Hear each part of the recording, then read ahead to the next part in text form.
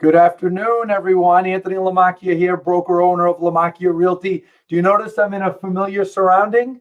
You all saw me here a lot back in the spring when COVID was just cranking up and everybody was nervous and we were all confined to our homes. The reason I'm here today is I was in Florida over the weekend because we are launching in Florida. We will be serving all of South Florida effective probably tomorrow. Or the next day. You'll see our announcements, and I'm on quarantine until my test results come back, which I'm sure they will by tomorrow. So here to talk to you all about a number of things. There is a tremendous amount of real estate updates to go over. There is an election 7 days from tomorrow, in case you didn't know. What impact will that election have on the housing market, if any? Is it having an impact right now? I think it is in small part, so I'm going to talk about that. I'm going to talk about the tremendous amount of buyer demand that I'm seeing out there. It is by far and away the busiest fall I have ever seen. And I will admit, I'm beginning to wonder if we're going to catch up with home sales before the end of the year. And I've been saying all year, doesn't matter how busy it is, we will not catch up. We will not make up for the time lost in the spring. I think I'll probably be right with that prediction, but I'll be honest, I'm starting to wonder, and I created some spreadsheets where I'm comparing the numbers and I'm starting to add them up and see if I'll be right, and I'm going to share those with you. And we're also going to talk about, why there's so much buyer demand, what's going on, where we're seeing an exodus from different areas, where buyers are going to, some things that we're seeing sellers do wrong, which we tend to see sellers do wrong in the fall, overpricing. I can tell you that we have a tendency to see that in the fall. That's normal. So we're going to discuss that. I will be taking you through a Massachusetts update, a New Hampshire update with both of those states. I'm going to show you comparisons and go over in great detail. And the last thing that I will do is I will even provide a little bit of an update on South Florida. I am amazed by all of the people that are interested in South Florida real estate, even those that aren't planning on moving down there. People just have an interest in it. So we're going to go over everything for probably the next 45 minutes. And I'm happy to be here with you. And thank you to those of you that are joining. Why don't we jump right in and have a discussion about why there's so much buyer demand? Okay, why is there so much buyer demand? Really, since about June, it's just gone crazy. It's backing off a little bit in the last few weeks. We're starting to get buyers that say, I'm out. I'm gonna wait till after the first of the year. I'm sick of bidding wars. I'm sick of competing. Well, I have news for you buyers. If you think you're frustrated now, you'll be twice as frustrated come January, because in January, inventory will be lower than it is now. I've never seen a situation where inventory in October was lower than inventory in January. Now, COVID, could it make something crazy happen? Not that. It's not possible.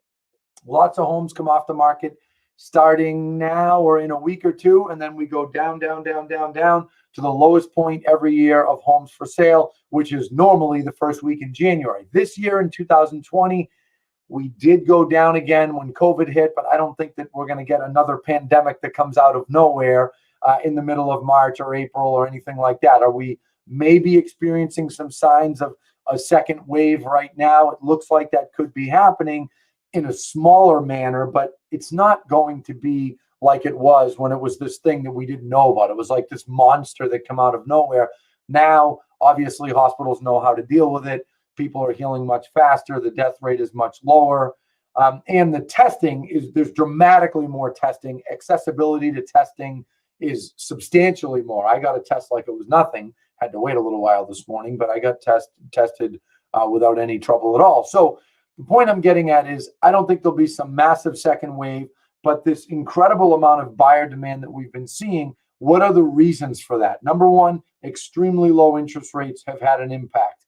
These interest rates are in the twos now, 30-year fixed rate mortgage, mid to high twos. I mean, to say that out loud, I almost say to myself, wait, am I right? I mean, it's just crazy. So that's been, that's had an impact. There also was pent up demand. There was people that were going to buy in the spring that didn't because they were confined to their homes. There wasn't enough homes that got listed. So it created this bubble of people that were dying to buy and then couldn't buy, so they had to wait. So that's part of it. That's, also part of what happened. In addition to that, the other thing that happened is really when you take a look at, now I lost my train of thought, I lost my note, but there's been an exodus from the cities. Now, every single year we see a continuous supply every year of people leaving Boston. Maybe they rented an apartment there, rented, there for a period of time, or maybe they owned there for 2, 3, 4, 5 years. Well, often what younger people do is they go to college in Boston, then they get an apartment, and then they buy a place, one or the other, or they stay in the apartment. But every year there's a continuous supply of people that say, I'm moving back out to the suburbs, or I'm moving to the suburbs. Well, here's what happened. When COVID hit and shocked us all in the spring, anybody who was planning on leaving Boston in the next 2 to 3 years said, I'm out. And they left then. So we got this incredible wave of people leaving the city, running into the suburbs. I've joked with other broker owner friends that this is the first time I look like the smart guy for having a bigger company in the suburbs than I do in the city. We do a little bit of work in the city. Maybe we sell 24 homes a month in the city, or 12 homes a month, but nothing like we do out here, right on I shouldn't even say the suburbs per se, really from the edge of Boston outward all the way to Worcester, down on the South Shore, North Shore, etc. By the way, we just opened on the North Shore. Happy to be up there in Beverly. So that is part of it. And I'll tell you, all the markets, South, North, West, Metro West, Worcester, we're seeing droves of people move out to those communities and say, I don't want to be in the city. Commuting's not as bad now. I'm happy with leaving. So that's part of the reason that the demand has been so strong. I will tell you, we also notice a stronger demand specific to single family homes. Condos, we've seen a decrease in demand. There's no question about it, especially condos in big buildings in Boston. We're seeing a decrease. Even really, here we are. I'm standing talking to you in Watertown right now, but Waltham, Belmont, Cambridge, there is less activity on condos and less activity on multifamilies. Multifamilies are hurting a little bit. Colleges didn't come back.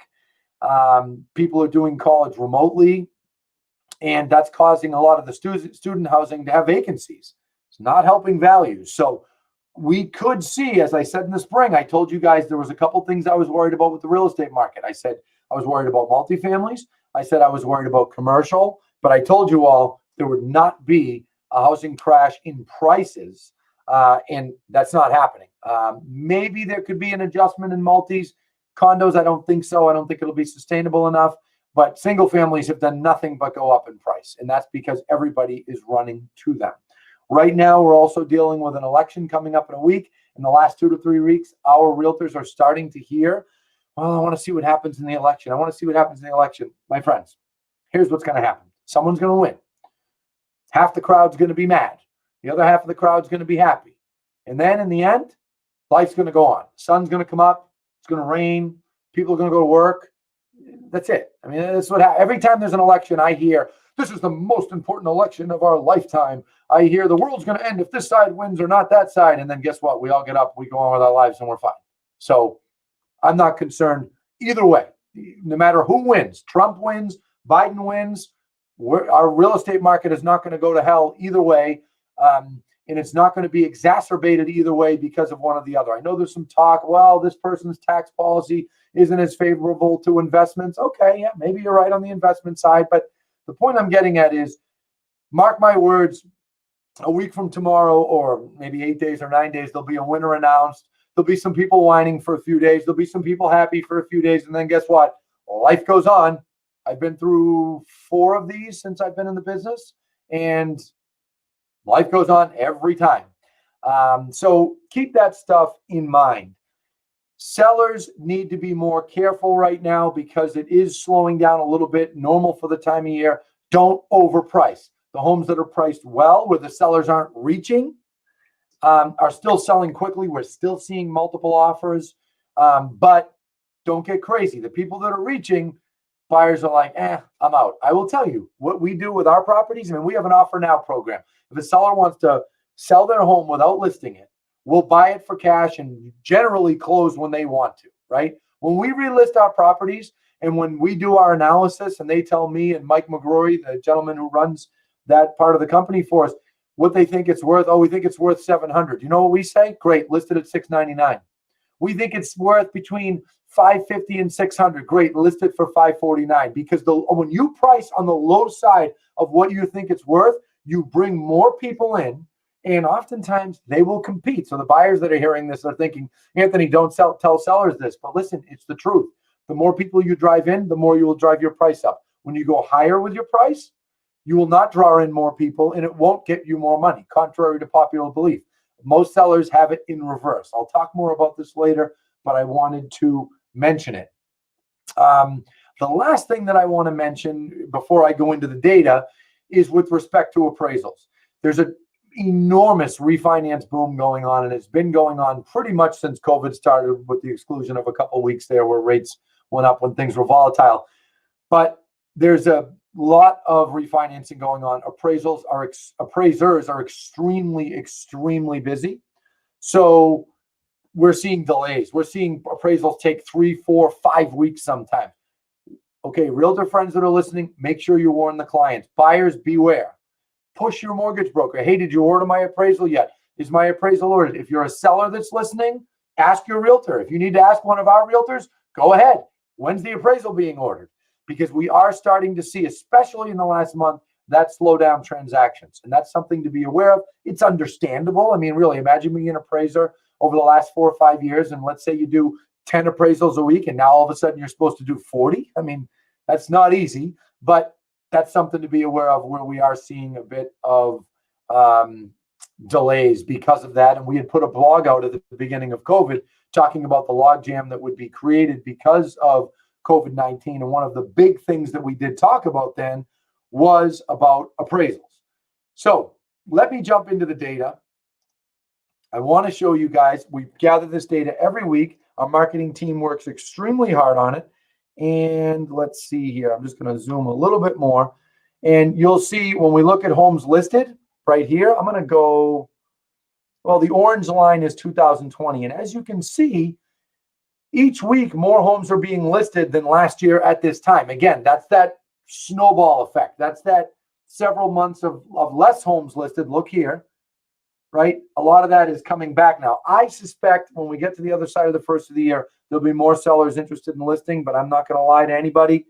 We're talking about April before we see a real improvement in inventory. And that's why 10 minutes ago I stated, hey, buyers, if you think you're frustrated now, don't think you're suddenly going to feel better in January. Like January, there'll be less inventory and there'll be more people fighting for homes. The buyer demand goes crazy after the first of the year, but sellers delay till spring.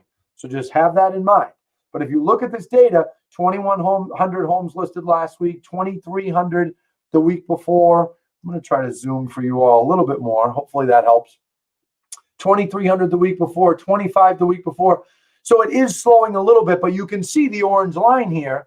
It is above where it was last year at this time. You look at showing activity, still very strong. Went down there around Labor Day. That's normal, but we're still substantially above last year. And it goes to show the demand is significant. So for you buyers that are watching, if you're like, well, now I love what this time of year when buyers say, well, why isn't there 10 offers on the home? Buyers all spring and summer can't wait until they find a home that doesn't have multiple offers.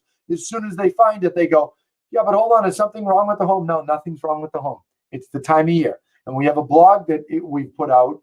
I hope the marketing team is listening and putting these blogs in the comments as I say it.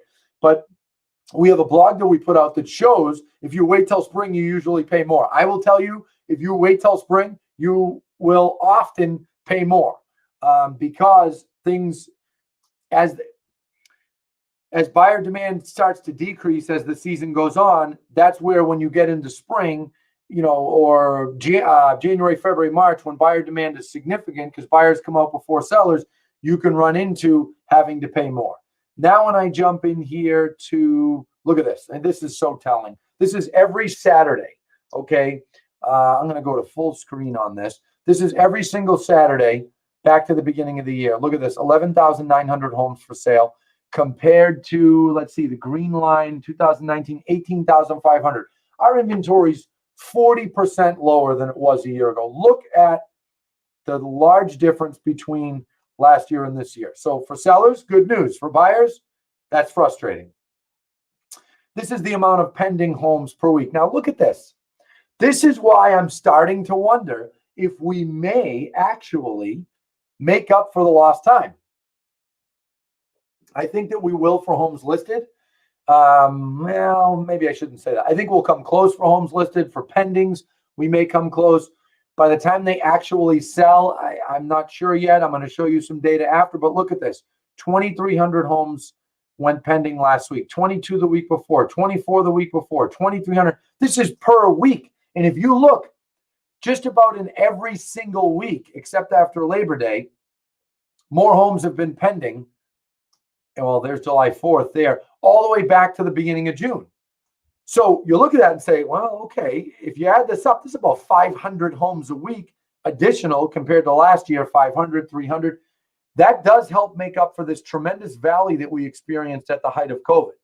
So it's interesting what's happening here. Now we look at homes sold. This is by MLS, not the Warren Group. I'm going to show you some Warren Group data after. Warren Group is every single sale in Massachusetts. But if you look at this, you'll see here that the home sold is above last year at this time. Like these orange lines are generally higher than last year over the last 6 to 8 weeks. And I'm going to show you the per month data to see. This is also very telling, and this really points to buyer demand. And that's why if I was a seller and I was thinking of listing my home, I would do it right now still. I absolutely would, because there is a lot of buyers out there. Look at this data. 18% of homes that were listed 2 weeks ago went under agreement. Last week, 20% of homes that were listed for sale went under agreement. And that doesn't mean 20% of the ones that were listed. It means the ones that were actually for sale went under contract. That's tremendous. That is very strong. And look at this. Normally this time of year, we're talking 12, 13% of inventory going under contract. But inventory is so low and demand is so high that homes are getting eaten up very, very quickly. Look at this. Now, I hate to say I told you so, but I will. If you look at September, average sale price across Massachusetts for singles, multis, and condos, $514,000. In August, $515,000. I had said many, many, many times that home prices would not fall apart because of COVID. And I said that at the depths of COVID, at the worst point. And I had said at the time, the only thing I was worried about is multis. I'm still a little worried about multifamilies. But generally speaking, are we going to see massive drops in house prices? Not going to happen. There is not enough inventory. You have to have an oversupply, not an undersupply. So now if I scroll down here, you can get a look at September, when September closed out. Take a look at this. The average sale price, 9.9%, call it 10% higher than a year ago. Again, back to pricing. Homes sold, 19% higher than a year ago. Homes pending, 16% higher. Homes listed, 2% higher. Here we are in October. Homes sold, if we go October 1st to the 25th, we're 8% ahead. Pendings, 9% ahead. Homes listed, 5% ahead. So clearly, we are in a strong, active market. There's no denying it. There's more demand this year than I've ever seen at this time of year. It's amazing. And what a story it is to tell. Now, if I jump over to New Hampshire, I'll show you a couple of interesting things. And then after, I'm going to show you the comparison data and why I'm wondering if we're going to make up for the lost time. So I'll quickly take you through New Hampshire, and then I will show you the comparison. Now, if I look here at New Hampshire homes listed, again, homes listed has pretty much been above. Look at the orange line. I'm going to click in. Pretty much been above each and every week, all the way back to, let me go full screen, all the way back till about September, right? And then it was even before that. So people are getting more comfortable listing their homes. There's no doubt about it. You know, I mentioned this a month ago. Realtors are really, from all companies, we take it wildly serious at our company. We have people making sure people wear masks. We have some realtors that are requiring booties. We're encouraging sellers to leave the correct lights on and to, let me jump back to me for just a second, leave the correct lights on, leave the doors open so that people aren't walking through homes, grabbing, touching, opening and closing things. And I haven't heard any. I've heard horror stories about restaurants and people catching COVID in those environments. Not to pick on restaurants. I feel bad enough for them as it is. But when you think of housing, I haven't heard any horror stories of, oh, there was an open house and 22 people got COVID. Now I'll probably hear it that I said it out loud, but you all get my point. It's been safe. If I'm a seller, if I was a seller, I would be comfortable listing my home. And I am a seller. We sell properties often, but I meant of my own home. I would be comfortable doing it. Now, let me jump back into this data. There's the showing activity in New Hampshire by week, straight from showing time, noticeably higher. The demand is there. Now I look at homes pending, higher every single week. Again, the demand is there. I feel like a broken record. Look at the homes sold. I mean, we're making up some major ground here in New Hampshire over the last 8 weeks. And then also look at the home prices. Look at what home prices have done here. End of May. Let's see. And then getting into the end of summer, we got to get an updated label on that. But you can see prices are going up. Okay. It's pretty clear that's what's happening. So this morning I got curious, and I've been thinking about this for a week, and I said, all right, it's time for me to start predicting if my predictions were going to be right. My predictions being, no matter how busy it gets and how much of a swing back there is in the market, do I really think we'll catch up and make up for the amount of home sales that we lost in the late spring because of the early spring? I'm still going to bet we don't, but I will tell you, I'm beginning to wonder. I really, really am. And I want to show you all some data so that you can see where I'm getting some numbers from. Now, I'm not going to go through every single cell here. I'm going to pay attention to totals, okay? Follow me on this line below to see the totals. If you're a buyer or a seller watching, I see we've got some realtors watching. If you'd like to see this spreadsheet, we will send it to you, whoever you are. It's a simple spreadsheet we put together this morning. Put your email in the comments, and we will send this out to you so that you can break it down further. But I want to show you something. Homes listed in Massachusetts, down 8% year to date. That's the percentage difference. So we're about 8,100 homes short year to date. Now, remember what I just showed you. Each week, more homes are being listed than last year at the same time. Is it enough to make up for 8,100? I do not believe so. And keep in mind that 97,000 homes listed is last year up until October 25th. Okay. And then the 89,000 is this year up until October 25th. We did the cutoff as of yesterday. So when you think that through, there's going to be more homes getting listed, but there were also more listed last year. Do I think we'll make up for lost ground on homes listed? I do not. If I jump over to homes pending, we're down by 1%. Do I think we'll make up for it? Yes, I will with homes pending. I absolutely do think we will. Clearly, I mean, think about this. Can you imagine in a pandemic, last year up until October 25th, 79,000 homes pending. This year, 78,600. There's well, I didn't say the hundreds, but we're talking 500-600 homes difference in homes pending. That is incredible. People were talking about 35% unemployment. The world's going to crash. Everything's going to end. There will be no economy.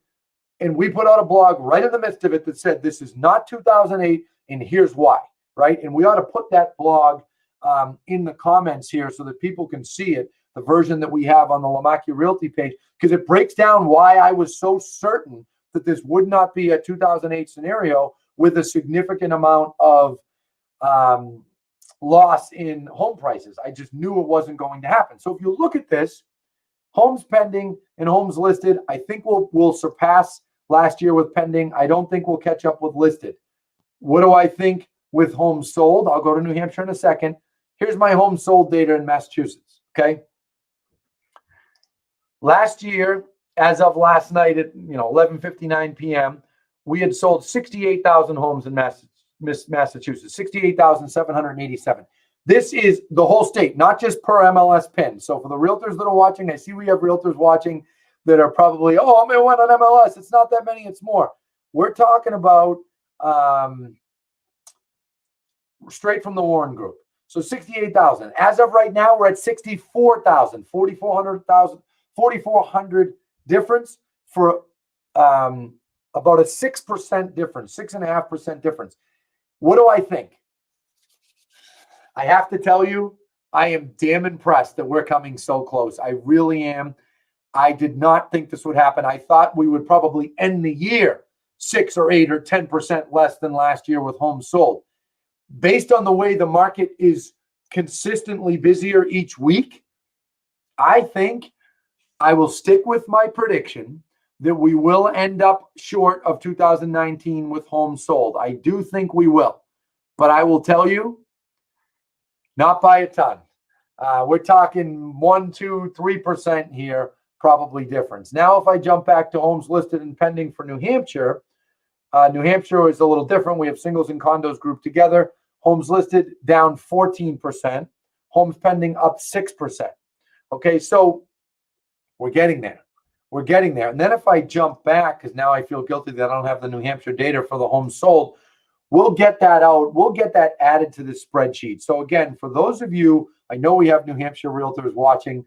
I feel badly right now that I don't have the New Hampshire data for the home sold. We will get that. We will add it to the spreadsheet, and we will email you all. If there's realtors watching, if there's buyers watching, if there's sellers watching, I know there's all different crowds watching. Normally, the way I go about this is I look at it like I'm speaking to our buyers and sellers.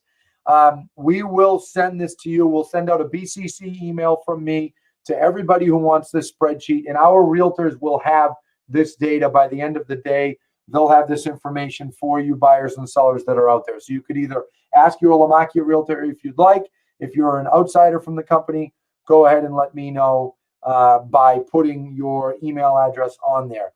So that's a couple data points to look at. More than a couple. That's a lot of data points to look at, but at least gives you an understanding of what is going on. Now, I did promise you all that I would, hang on, open the wrong thing, that I would give a South Florida update. Before I do that, I just want to spend a minute recapping on a couple of things. I know that most of our crowd is up here, so I will go over a couple things for Florida in a minute. Let me just recap. If you are a buyer, don't be too quick to jump out of the market for buying, because remember, that's what does Warren Buffett say? When everyone is being greedy, be scared. When everyone is scared, be greedy. So if you act like the masses, because here's what I'll tell you, no matter what I say right now, the vast majority of buyers over the next couple of months, I shouldn't say the vast majority, maybe half the buyers in the market say, I'm going to pull back. I'm going to back off on on buying a home. I'll wait till after the first of the year. And that's part of what creates such an incredible amount of demand after the first of the year. There's a lot of sellers that'll say, take my home off the market. I'll wait till next year. If you're a buyer, I recommend keeping your eyes out there. Maybe you don't want to be as active. That's fine. If you're tired of multiple offers, that's fine. But I'll tell you, multiple offers are slowing down. They're going to slow down more. When we get after January, they will go like this, like a rocket ship, every single year, okay? I have said every year, and I said at the beginning of COVID, and some realtor friends gave me a hard time, the greatest time of year to list is winter and spring. The greatest time of year to buy is fall. This year, the two have collided a little bit because it's just been so incredibly busy. There really was not, sellers oftentimes are at a little more of a disadvantage in the fall. They really haven't been in the last 6 to 8 weeks because it usually is more of a balanced market. So again, I want to keep it simple. If you're a buyer, don't be so fast to go jumping out of the market. If you want to buy a home, keep your eyes out. Make sure you see what's going on. There will be homes getting listed. There are people that relocate. Things come up. Don't take your eye off the market. If you're a seller that's not selling and you've been on the market for 4 to 8 weeks, if you have a sufficient amount of pictures and the home's listed correctly, whether it's listed with us at Lamakia Realty or another company has it listed, you need to look at the price. I'm sorry to tell you that. I know you don't want to hear. No seller wakes up in the morning and says, I want to drop my price today. Well, I have news for you, sellers. No realtor wakes up in the morning and says, I want to call my seller and tell them that they need to drop their price. And nobody wants to do that. Okay, but the fact is, if the product is on the shelf and it's listed correctly and it looks nice and people aren't biting the hook, at some point, you've got to look at adjusting the price. So if you're a seller that isn't selling, I'd recommend looking at adjusting the price. I know, fortunately, this year there are not very many because most homes are selling quite quickly. So that's one message that I want to mention to sellers. If you are landlords, I saw someone comment that they're in Watertown and they're nervous as a landlord, a multifamily owner. Listen, I own properties too. We have commercial property. We have residential property.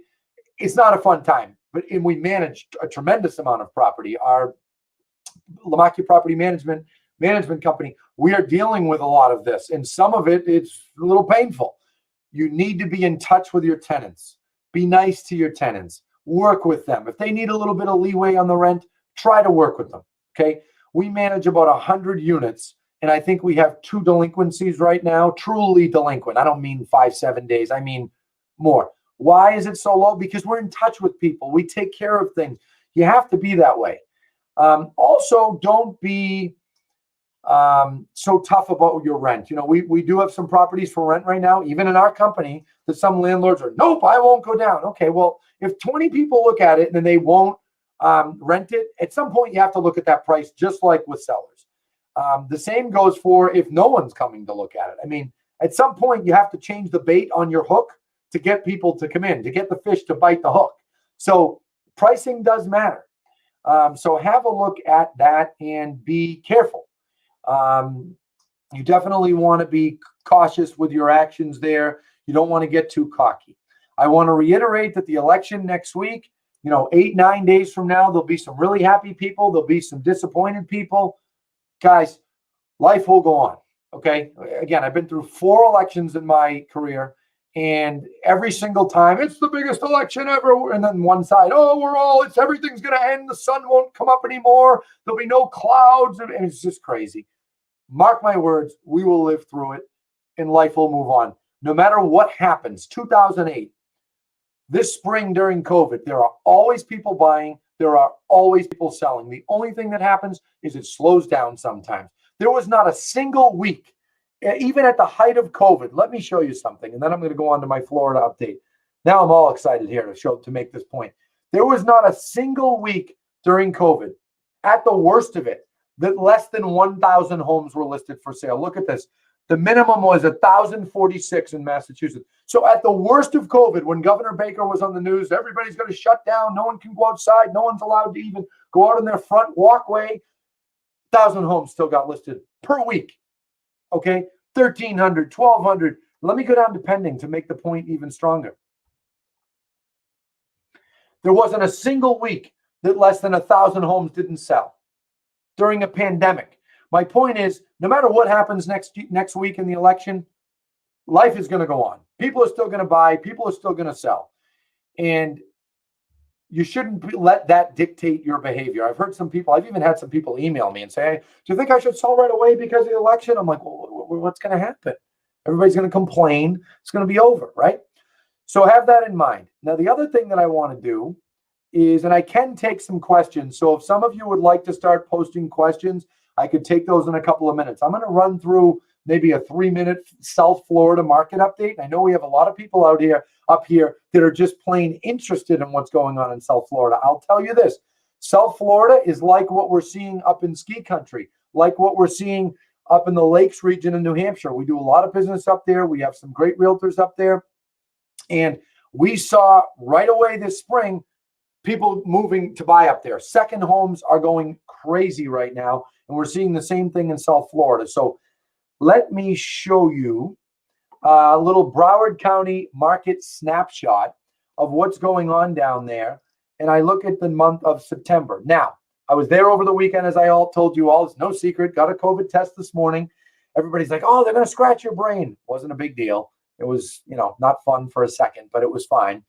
If you look here, closed sales up 24% in the month of September. Median price up 15%. Month supply of inventory. Look at this. 22.6 month supply of inventory. Last year at this time, 4.1. Now take a look at condos. Still pretty strong, but not quite as strong. Just like I talked about here. It's eerily similar, right? Closed sales up 5%. Median price up 11%. So it's interesting to see that even down in Florida, it's similar.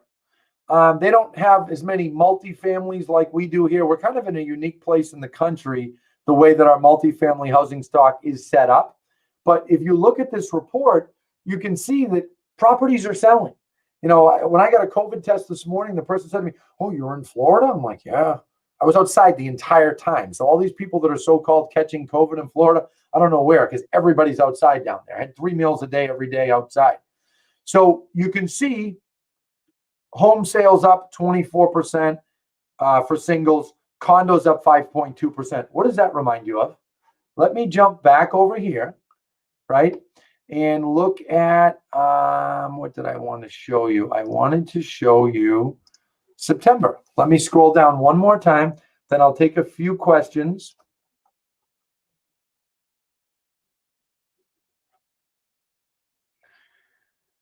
Homes sold in Massachusetts in September, up 19%.